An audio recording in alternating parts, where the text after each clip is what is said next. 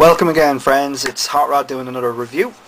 This time of a absolute Generation 1 favourite of mine in animated clothing, Swoop. I never really paid attention to Swoop until I got a Transformers annual, and I read a comic in there, or a story in there called What's in the Name, and it was Swoop versus Dive Bomb. Swoop used to be called Dive Bomb. The Predacon Dive Bomb stole his name because Predacons are Decepticons and Decepticons are bastards, and Swoop had this grudge against, there was a big grudge match in it basically, and Swoop got his ass handed to him and Prime had to save him.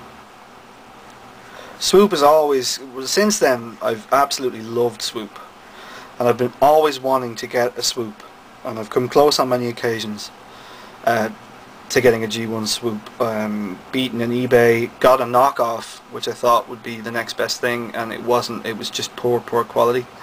I know someone was supposed to send me Energon, yada yada, the story goes on, but when I saw that there was going to be an Energon or an animated Swoop, I was like, this is going to rock so hard, because animated is such a great line. Swoop's going to be there. This could not possibly go wrong, and it did. It sucks so bad. This figure is so terrible, it makes me want to shave my eyeballs. I can't get over it, and I can't get over why people like it so much. It's just such a frustrating figure.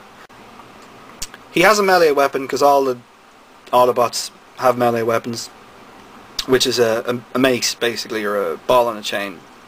It's a nice enough weapon. It was supposed to have a feature where I think you pushed on this and blades would pop out, but as per usual they tested it with kids. Kids are stupid, and the blades came out and blinded some kid or something. You can fix it.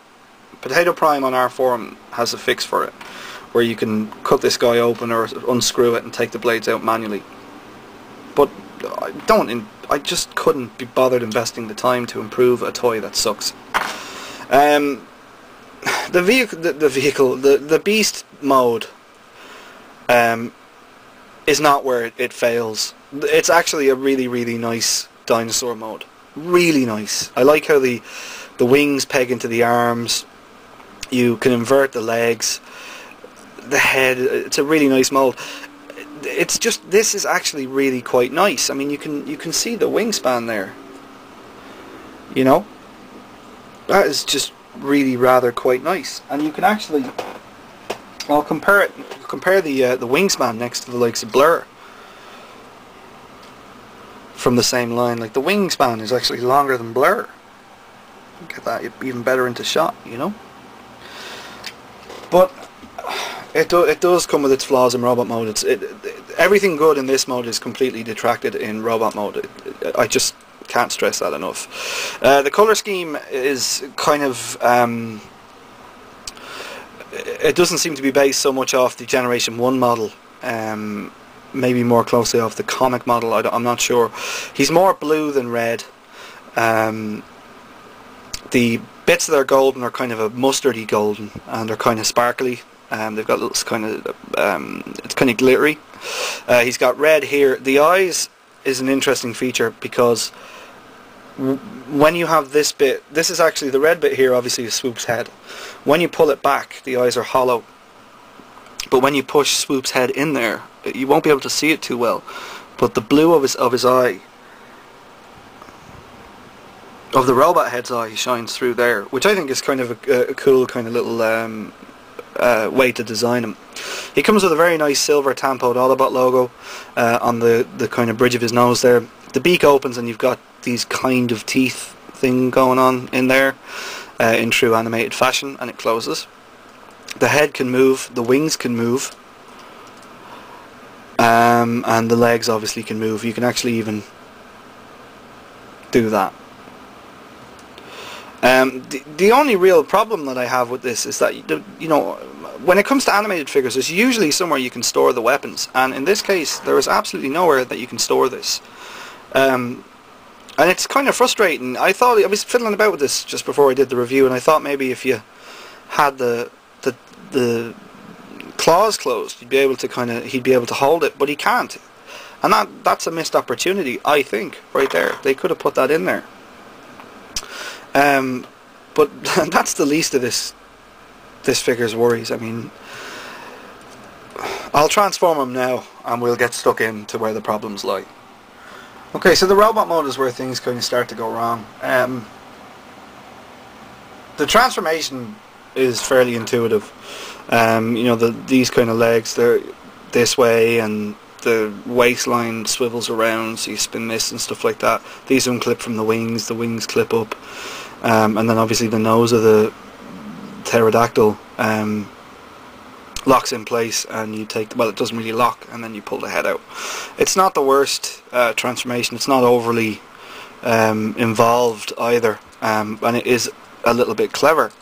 But it's just the kind of overall sort of, there's a couple of things that bug me. The wings are on a hinge here, and they're supposed to, there's two tabs here on either side of the torso. These are supposed to kind of come up so that you can put this in and lock the torso in place. Now I don't know if it's just mine, but they don't stay in place once you get them in. They have a habit of popping off, and when they pop off, these tend to slide out that way, and your figure gradually falls apart by itself.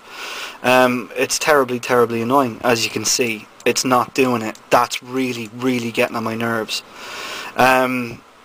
He's kind of thin and kind of flimsy. That's bugging me, man. He's kind of thin and flimsy and not overly impressive. Swoop deserved to be bigger, I think. I think all the Dinobots from the animated line should have been Grimlock size, but that's just me. I can't clip that back in, so we're just going to have to leave it out and see what happens.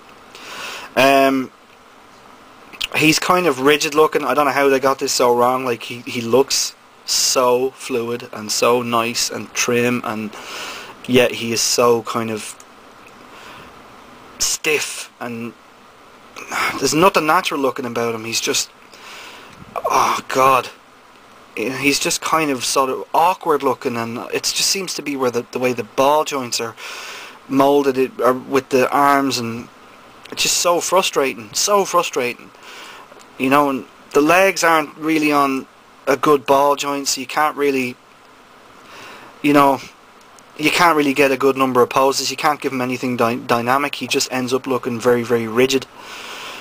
The plus side is the head. The head is an absolutely beautiful mould.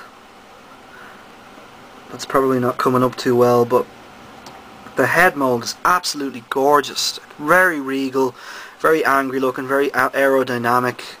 There's his weapon. Nice little melee weapon. It doesn't have any kind of grips or anything like that as such. It just sort of fits the talons, and it sort of stays in place. The plus side is that he can hold it up pretty well. You would think, him being so thin and nimble, he can actually hold that up really, really well. And you can, if you wish to just have him be a shelf warmer in your own home, which most fans I think do, you can kind of give him that sort of pose, which isn't terrible. That was the only one that made me sort of happy. And I suppose if you're going to just have him on a shelf, you can get away with it. But for me, who likes to take stuff down and toy with it a little bit, see what other poses you can get, he's very frustrating. The quality isn't great. I'm just really frustrated by this toy, big time. And if I could do it all over again, I would have spent my money on something else. I would not have bought this fella. So it's up to you. It's up to how hard of a diehard of a fan you are for Swoop, how diehard you are for animated, and if you can get past this. If you can, great. It could just be mine. It really could just be mine, but I'm not going to invest time in taking a look at another Swoop just to see if it is just mine. So really, the decision will be up to you on how you want to spend your money. As deluxes go, I would pass up this and go for Swindle, Lockdown, Blur, any other deluxe than this figure. Okay, thanks, bye. You don't have to be crazy to do that, but it sure helps.